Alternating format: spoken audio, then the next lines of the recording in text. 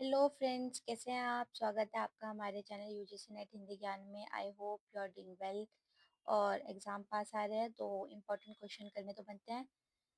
Important question कभी भी हम सिलेक्ट नहीं कर सकते, बट एक उसका अंदाज़ा लगाने का तरीका होता है प्रीवियस ईयर क्वेश्चन, क्योंकि जो प्रीवियस ईयर में आया है उस टॉपिक को यूजीसी नेट वाले हमेशा दोहराते हैं, क्योंकि क्वेश्चन कभी भी वापस से रिपीट नहीं होता, बट टॉपिक्स होते हैं।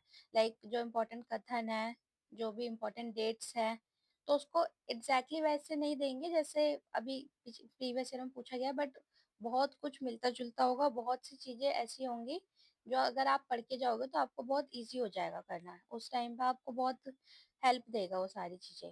तो चलिए देर ना करते हुए हम अपने क्वेश्चंस पे चलते हैं, और हम सिर्फ 10 क्वेश्चन करते हैं डिस्क्रिप्शन के साथ में, ताकि आपको ज़्यादा अच्छे से सारी चीज़ों का वो सारी चीज़ें समझ में आ सके, और आप सारी चीज़ें अच्छे से एनालाइज़ कर सकें। मैं अपना भी इंट्रोडक्शन दे देती हूँ। मेरा नाम काजल है। मैंने already UGC net JRF qualify करा हुआ है, और मैं स्कॉलर भी हूँ दिल्ली यूनिवर्सिटी में, हिंदी से ही। तो स्टार्ट करते हैं क्वेश्चन। निम्नलिखित में से कौन सी अवधारणा मार्क्सवादी विचारधारा के प्रतिकूल है? सर्वहारा का अधिनायक तत्व, इतिहास चक्र, वर्गहीन समाज, परिवर्तन की अनिवार्यता। काफी इजी है ये वाला क्वेश्चन तो। Anyone can answer.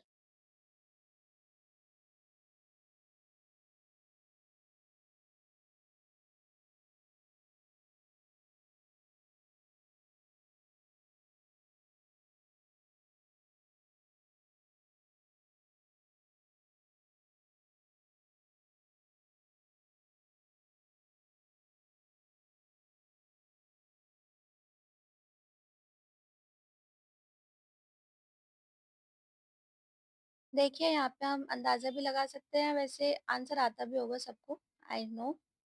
देखिए, जो सर्वहारा का अधिनायक तत्व है, कि जो सर्वहारा है, जो थोड़े पिछड़े वर्ग से हैं या फिर जो मजदूर वर्ग से हैं, उनका अधिनायक तत्व हो, तो ये तो वो मानते थे ना, तो ये तो अनुकूल है, प्रतिकूल तो नहीं है।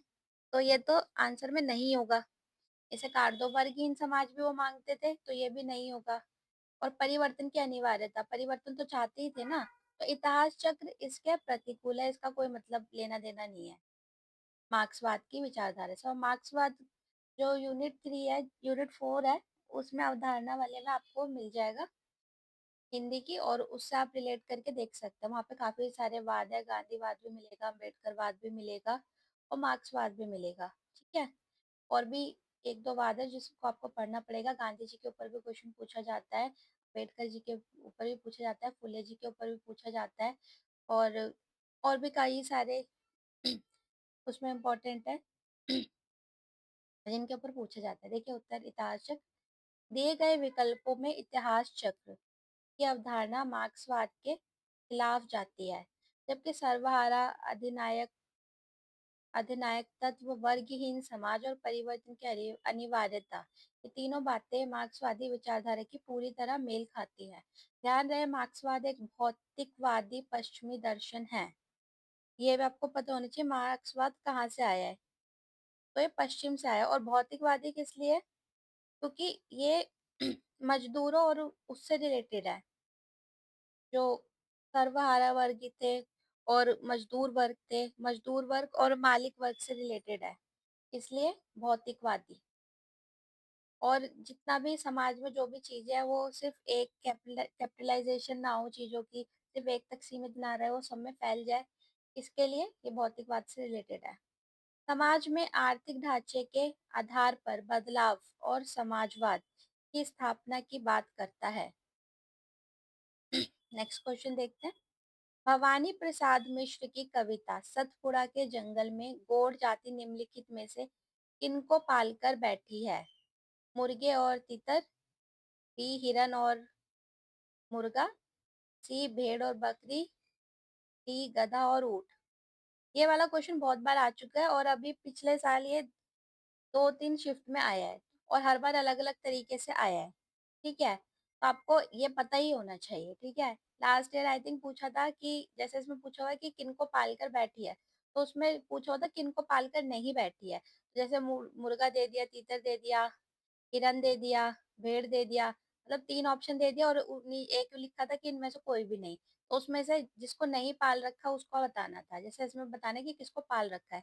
और अब आगे क्वेश्चन आएगा तो थोड़ा और अलग तरीके से दे देंगे, जैसे स्टेटमेंट में क्वेश्चन दे देंगे, सतपुड़ा के बारे में क्या सही है, क्या गलत है, तो आपको पता होना चाहिए। तो इसका आंसर बहुत ईज़ी है और जिसने पढ़ रखा होगा उसके लिए तो हद से ज़्यादा ईज़ी है। इसका आंसर है मुर्गे और तीतर। ये कविता में से है, सतपुड़ा के जंगल कविता यूनिट 5 की, ठीक है? देख लीजिए, आंसर देख लेते हैं। दूसरा सप्तक के कवि, आपको सप्तक के कवि भी पता होने चाहिए, ठीक है? भवानी प्रसाद मिश्र की प्रसिद्ध कविता सतपुड़ा के जंगल में बताया गया है कि गौड़ जाति मुर्गे और तीतर जैसे पक्षियों को पालकर रखती है। इसके अलावा भवानी प्रसाद मिश्र की अन्य प्रसिद्ध कृतियां हैं। गीत फरोश हमारे उसमें भी है, ठीक है? तो ये इम्पोर्टेंट है, गीत फरोश। गीत फरोश, दुख, गांधी, पंचशती, अंधेरी कविताएं, बुनी हुई रस्सी। बुनी हुई रस्सी बहुत पूछा जाता है, ये भी इम्पोर्टेंट है, ठीक है? वैसे इनकी थोड़ी सी है तो आप सारी देख सकते हैं, क्योंकि हमारे सिलेबस के कवि है तो इम्पोर्टेंट हो जाते हैं। बाकी दिए गए विकल्प प्रश्न से संबंधित नहीं है, इसलिए वे गलत माने जाते हैं, माने गए हैं। नेक्स्ट पे चलते हैं। रामचरितमानस के उत्तरकांड में उन्होंने ज्ञान की अपेक्षा भक्ति को कहीं अधिक सुसाध्य और आशुफलदायिनी कहा है। आशुभ फलदायिनी कहा है। ये किसने कहा, ये कथन किसका है? ये पहली बात तो कथन है तो बहुत ज्यादा इंपॉर्टेंट हो जाता है। अभी नहीं आया तो कोई बात नहीं, आगे आ सकता है। आगे कथन के रूप में नहीं आएगा तो स्टेटमेंट के तौर पे आ जाएगा। जिसने भी कहा होगा उसकी जगह किसी और का नाम दे देंगे और आपसे पूछा जाएगा वो सही है कि गलत है।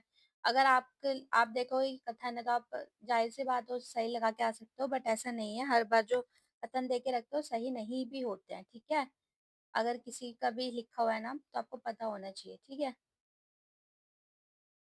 और हम थोड़ा जल्दी-जल्दी कर रहे हैं इसलिए मैं आपको थोड़ा कम टाइम दे रही हूँ आंसर लगाने के लिए। अगर आपको ज़्यादा चाहिए हो तो ये रिकॉर्डेड क्लास है, आप देख सकते हैं। और इसका मैं आपको एक बता दूँ जो तरीका आंसर देने का, जितने भी कथन है ना वो ज़्यादातर रामचंद्र शुक्ल के ही हैं, ठीक है? तो अगर आपको आंसर ना आता हो और आपको कभी तुक्का लगाना हो, क्योंकि इसमें नेगेटिव मार्किंग नहीं होती, तो आप रामचंद्र शुक्ल पे लगा सकते हैं और इसका भी आंसर वही है। आचार्य रामचंद्र शुक्ल ने कहा है कि रामचरितमानस के उत्तरकांड में ज्ञान की तुलना में भक्ति को ज्यादा सरल, सुलभ और जल्दी फल देने वाली बताया गया है। शुक्ल जी के प्रिय कवि गोस्वामी तुलसीदास जी थे, ये भी पता होना चाहिए उनके प्रिय कवि कौन थे, ठीक है? श्याम सुंदर दास ने कबीर ग्रंथावली का संपादन किया। उनके अन्य प्रमुख ग्रंथ हैं। कबीर ग्रंथावली का संपादन किसने किया? श्याम सुंदर दास ने, ये भी आपको पता होना चाहिए। उनके जो अन्य ग्रंथ हैं, प्रमुख ग्रंथ, हिंदी कोविद, रत्नमाला, रूपक रहस्य, साहित्य लोचना, ये सारे इंपॉर्टेंट है, इससे आ जाते हैं, ठीक है? रामस्वरूप चतुर्वेदी की महत्वपूर्ण कृतियां, रामायणी की पुनर्मूल्यांकन, हिंदी नवलेखन, कविता के पक्ष, भक्ति काव्य यात्रा आदि। नेक्स्ट क्वेश्चन की तरफ बढ़ते हैं हम। ओ सॉरी, मलयज की प्रमुख कृतियां हैं, मलयज की भी देख लेते हैं। जख्म पर धूल, अपने हाथों अप्रकाशित हुआ आदि। नेक्स्ट क्वेश्चन की तरफ बढ़ते हैं और जल्दी जल्दी करेंगे। गोरी सोवे सेज पर मुंह मुंह पर डारे केस, चल खुसरो घर अपने रैन बही चौ देश। उपयुक्त दोहा अमीर खुसरो ने किस संदर्भ में कहा है? अपने आश्रयदाता के नाराज होने पर, संपत्ति के लुट जाने पर, हजरत निजामुद्दीन औयला की मृत्यु पर, अपनी प्रेमिका द्वारा तिरस्कृत होने पर। तो देखिए यहाँ पे एक ट्रिक क्या है कि इन्होंने अपनी प्रेमिका के द्वारा तिरस्कृत होने पर नहीं कहा था, ना ही आश्रयदाता के लिए कहा था, ये हजरत निजामुद्दीन औयला की मृत्यु पे कहा था। ये आगे देख लेते हैं। ये थोड़ा दोहा ऐसा है कि लगता है कि इन्होंने अपनी प्रेमिका के लिए कहा कहा होगा, बट ऐसा है नहीं। गोरी सोवे सेज पर मुक्ति पे डाले केस। ये हो गया है क्या? यह दोहा अमीर खुसरो ने अपने गुरु हजरत निजामुद्दीन औयला की मृत्यु पर कहा था। इससे आपको ये भी पता चला इनके गुरु का नाम क्या था। खुसरो अपने गुरु से बहुत गहरा प्रेम और लगाव रखते थे, इसलिए उनके निधन से वे बेहद दुखी हुए। बाकी दिए हुए विकल्प इस संदर्भ से मेल नहीं खाते, इसलिए गलत है। ओ मेरे आदर्शवादी मन, ओ मेरे सिद्धांतवादी मन, अब तक क्या किया, जीवन क्या जिया। उपयुक्त पंक्तियों के आधार पर निम्नलिखित में से कौन सा सही नहीं है? स्वयं से असंतुष्टि, आत्मालोचना, असमंजस की स्थिति, असमंजस की स्थिति और आत्म मंथन। ये तो आपको देख के ही पता चल रहा होगा, ये कविता ऐसी है। अगर यहाँ पे होता सामंजस्य की स्थिति, असमंजस्य की स्थिति, ये सही नहीं है। क्योंकि स्वयं से असंतुष्ट तो है, लग ही रहे हैं इन सारी लाइंस में। आत्मालोचना भी आत्ममंथन भी है, इसका आंसर देख लेते हैं। असमंजस्य की स्थिति। कविता की ये पंक्तियां, ओ मेरा आदर्शवादी मन, ओ मेरे सिद्धांतवादी मन, अब तक क्या किया, जीवन क्या जिया, अपने मन से सवाल करने और खुद पर मूल्यांकन करने जैसे भावना दिखाते हैं। इन पंक्तियों में स्वयं असंतोष, आत्मालोचना और आत्ममंथन साफ दिखाई देता है। नेक्स्ट क्वेश्चन की तरफ बढ़ते हैं, थोड़ा जल्दी जल्दी करेंगे। यदि श्रद्धा और मनु अर्थात मनन के सहयोग से मानवता का विकास रूपक है, तो भी बड़ा ही भावमय और श्लाघ्य है। कामायनी के संदर्भ में उपरोक्त कथन किसका है? गजानन माधव मुक्तिबोध का, आचार्य नंद दुलारे वाजपेयी का, आचार्य रामचंद्र शुक्ल का, जयशंकर प्रसाद का। क्या आपको पता होगा आप तभी बता सकते हैं, क्योंकि ये कथन है। और ये कथन जयशंकर प्रसाद जी ने खुद ही बोला था अपनी कविता कामायनी के बारे में, जो कि बहुत इंपॉर्टेंट है, क्योंकि आपको लगेगा रामचंद्र शुक्ल ने या फिर किसी और ने बोला है। अगर श्रद्धा और मनु यानी मनन दोनों मिलकर मानवता के विकास का रूपक मान बनते हैं, तब भी यह बहुत भावपूर्ण और सराहनीय है। यह विचार जयशंकर प्रसाद ने व्यक्त किया है। इन पंक्तियों में उन्होंने कामायनी की भूमिका प्रस्तावना में लिखी है। कामायनी एक पुनर्विचार पुस्तक गजानन माधव मुक्तिबोध की रचना है, क्योंकि इससे बहुत ज्यादा ये होता है, गड़बड़ी होती है कि ये किसकी रचना और कामायनी की है, तो ये भी याद रखना है। और सुमित्रा नंदन पंत नंद दुलारे वाजपेयी की रचना नहीं है, ये एक सामान्य भ्रम है। साधो देखो जग बोराना, साची कहो तो मारन धावे झूठे जगत पतियाना। हिंदू कहता है राम हमारा, मुस्लिम रहमाना, आपस में दो लड़त मरतु है, मरम कोई ना जाना। उपयुक्त पंक्तियों में कौन सा कबीर का संदेश नहीं है? धार्मिक, यहाँ पे याद रखना, नहीं है नहीं। धार्मिक असहिष्णुता, सांप्रदायिक सौहार्द, धार्मिक स्वभाव, एक ईश्वरवाद की प्रतिष्ठा। तो देखिए, आप इसको चाहे जानते हो चाहे ना जानते हो, पर आपको इतना पता चलेगा कि जो नेगेटिव होगा वही आपको बताना है। एक ईश्वरवाद के वो अगेंस्ट तो थे नहीं, तो ये तो हो नहीं सकता। धार्मिक सद्भाव का तो वो सारी चीजें रखते थे, सांप्रदायिक सौहार्द भी रखते थे, हो जाएगा धार्मिक असहिष्णुता। इनका उद्देश्य धार्मिक असहिष्णुता फैलाना नहीं है, बल्कि इन पंक्तियों में धार्मिक एकता, भाईचारा और एक ही परमात्मा में विश्वास का संदेश दिया गया है। कबीर निर्गुण भक्ति धारा के ज्ञानाश्री कवि है।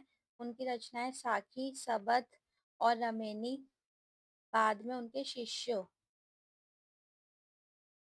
धर्मदास ने मिलकर बीजक नाम से संग्रहित की थी। मैं बता दूं, धर्मदास ये जो है बीजक किसने संपादित किया था या लिखा था, ये क्वेश्चन आ चुका है, बहुत ज्यादा इंपॉर्टेंट है, लिख लीजिएगा, ठीक है। नेक्स्ट क्वेश्चन की तरफ पर चलते हैं। करम बीबी और सरफराज निम्नलिखित में से किस उपन्यास के पात्र हैं? जिंदगी नामा, सूरजमुखी अंधेरे के, तार के बिच्छू, तार के बिछुड़े, यारों के यार। ऐसे देखो, अब क्वेश्चन वैसे इस तरीके के नहीं आते, बट जिंदगी नामा आपके सिलेबस का है तो इससे आ सकता है। तो आपको पता होना चाहिए कि आपके जो सिलेबस में लगा हुआ है उसमें कौन कौन से पात्र है। ठीक है। करम बीबी और सरफराज ये दोनों कृष्णा सोबती के उपन्यास जिंदगी नामा के हैं। यह उपन्यास, एक मिनट में इसकी डेट चेक कर लूँ सर। ये भी आपको पता होना चाहिए कि उपन्यास किसका है, कृष्णा सोबती जी का है। बहुत इंपॉर्टेंट है। और कब का है, 1979 का में लिखा था। कृष्णा सोबती की अन्य प्रसिद्ध रचनाएं हैं प्यार से, बिछुड़े, सूरजमुखी अंधेरे के, यारों की यार।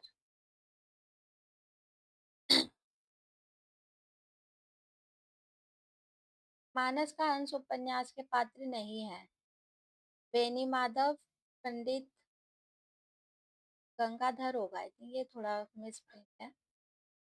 गंगेश्वर मंगलू, वीरपाल सिंह जानवी, नंदास और शिवचरण वैद्य। इसमें बताना नहीं है, पात्र है नहीं, पात्र नहीं है। तो अगर एक में भी आपको पात्र दिख जाए तो वो आंसर नहीं होगा।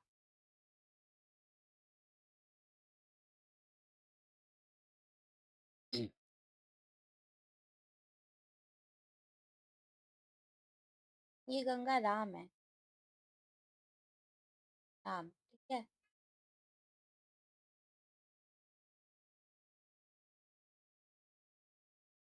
इसका आंसर सी हो जाएगा, वीरपाल सिंह और जानवी। वीरपाल सिंह और जानवी वाला पात्र युगम अमृत लाल नागर के उपन्यास मानस के हंस से नहीं है। ये आपको पता होना चाहिए, मानस का हंस किसका है, अमृत लाल नागर जी का है। ठीक है, क्योंकि हमारे सिलेबस में है। जबकि बेनी माधव, पंडित गंगाराम, गंगेश्वर मंगलू और नंददास और शिवचरण वैद्य ये सभी पात्र मानस के हंस में आते हैं और कहानी में अलग अलग समय पर दिखाई देते हैं। ये आज का हमारा लास्ट क्वेश्चन है। निम्नलिखित में से किस उपन्यास में उत्तर प्रदेश के पूर्वांचल के एक कस्बानुमा गांव शिवपालगंज की कहानी वर्णित है। राग दरबारी, आधा गांव, जल टूटता हुआ, गली आगे मुड़ती है। देखिए, अगर ऐसा कोई क्वेश्चन आ जाए और आपको आंसर ना पता हो तो आप हमेशा अपने जो सिलेबस में लगा हुआ है उस पे ही लगाएंगे तो ज्यादा सही रहेगा, क्योंकि ज्यादातर आंसर वही होता है और इसमें भी आंसर वही है, ये राग दरबारी का है। और जो हमारे सिलेबस में हमारे उपन्यास लगे हुए हैं, कम से कम हमें उसके राइटर, वो कब लिखा गया था, उसकी डेट, और उसमें किस जगह का जिक्र है, और उसके पात्र, ये सब कम से कम हमें पता होना चाहिए, और उसकी विषय वस्तु क्या है। राग दरबारी श्रीलाल शुक्ल की प्रसिद्ध व्यंग उपन्यास है। इसमें उत्तर प्रदेश के पूर्वांचल में बसे एक छोटे कस्बोनुमा गांव शिवपालगंज की कहानी दिखाई गई है। इसके विपरीत आधा गांव राही मासूम रजा का उपन्यास है। देखिए, यहाँ पे लिखा है ना, उत्तर प्रदेश के पूर्वांचल शिवपालगंज की कहानी दिखाई गई, तो ये पता होना चाहिए। इसके विपरीत आधा गांव राही मासूम रजा का उपन्यास है, जिसमें गाजीपुर जिले के गांगुली गांव का जीवन और असामाजिक और सामाजिक वातावरण दिखाया गया है। ये भी ज्यादातर पूछ लिया जाता है कि इसमें किसका जिक्र है, तो गाजीपुर जिले के गांगुली गांव का, क्योंकि पहले आ रखा है तो पूछा जा सकता है, बाकी अब ऐसे क्वेश्चन आते नहीं है। गली आगे मुड़ती है उपन्यासकार शिव प्रसाद सिंह की रचना है। जल टूटता हुआ रामदरस मिश्र। आई होप आपको हमारी वीडियो पसंद आई होगी। अगर पसंद आई हो तो लाइक करें, कमेंट करें, अपने सवाल और सुझाव दोनों कर सकते हैं। और इनको यूजीसी नेट की तैयारी कर रहे दोस्तों के साथ में ज़रूर शेयर करें। और अगर आपको कांटेक्ट करना हो तो यूजीसी नेट हिंदी ज्ञान @gmail.com पे कर सकते हैं। और यूजीसी नेट हिंदी ज्ञान /2025 ये हमारा टेलीग्राम ग्रुप है। अगर आपको हमसे जुड़ना हो और पीडीएफ वगैरह चाहिए हो तो वहाँ पे आप कॉन्टेक्ट। Thank you.